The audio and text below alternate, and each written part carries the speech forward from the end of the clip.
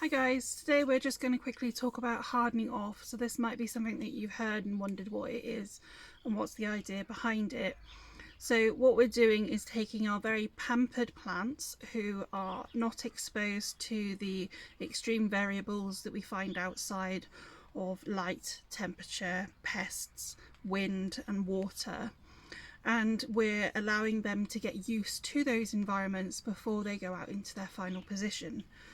So the more pampered the plant, the longer this process might take, and it will also depend on the conditions of the weather at the time. So for something like these sweet peas that have been growing in the polytunnel all winter, so they were sown in October, they won't require as much hardening off as something like a tomato that's been in the house.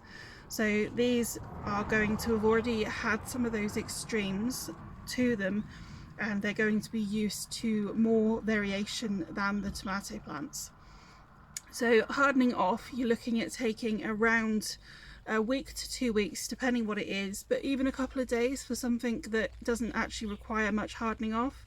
So these sweet peas have now been hardened off for about a week. So initially they were just put outside and they were put in a sheltered position, and then you're going to add them to a more sunny position and then a more windy position, and you're going to work up and keep them out there for a couple of days for a few hours at a time, and then you're going to increase the hours, the exposure, and ultimately we're going to leave them out overnight before they're ready to be planted. For something like our lettuces that we're doing for the grow along, so these have been in the polytunnel for a couple of weeks now, and if we were planting them into the polytunnel then we wouldn't need to harden them off at all because they're already used to the environment that they're in. However, if we were going to plant them outside, I would take 2 days to harden these off. So the first day I would just pop them out into a more sheltered position and for a couple of hours. The second day I would put them into a more exposed position and then leave them out overnight as well, and then they'll be ready to be planted the next day.